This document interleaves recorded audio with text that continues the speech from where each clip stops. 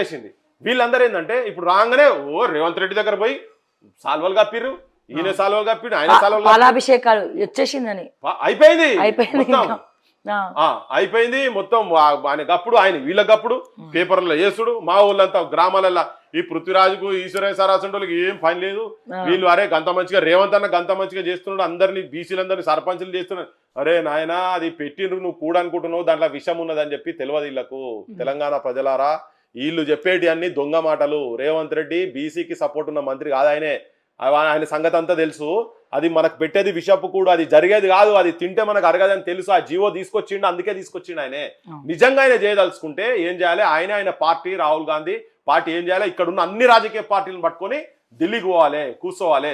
BC bill 50%కు 60%కు పైన ఉన్నటువంటి వాళ్ళు, ఇంకా మాకు ఉన్నటువంటి ప్రపోర్షనేట్ షేర్ అడుగుతలేము, అట్లీస్ట్ అడిక్వేట్ రిప్రజెంటేషన్ అని అడుగుతున్నాం. అదే కోర్టు వాడిన పదాలు.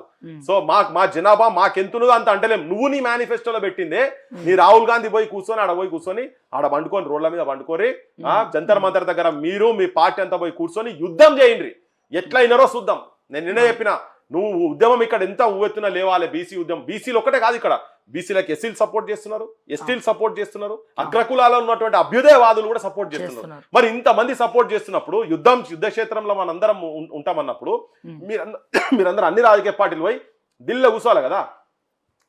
మీ సెంటర్లో లీడర్షిప్ మొత్తం పోయి అక్కడ కూర్చొని నరేంద్ర మోడీ గారి ఇంటి ముంగట కూర్చుంటావా? ఏడ కూర్చుంటావో కూర్చో.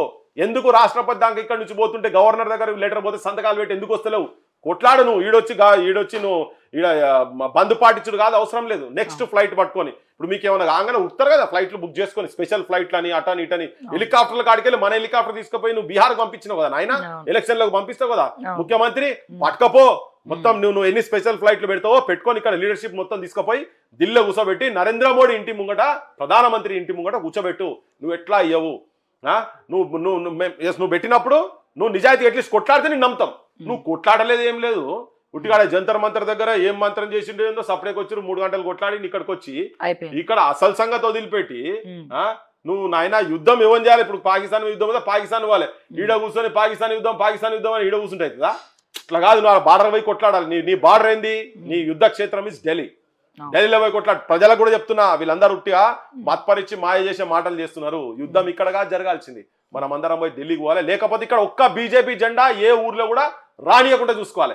ఇప్పుడు బీసీ సంఘాలు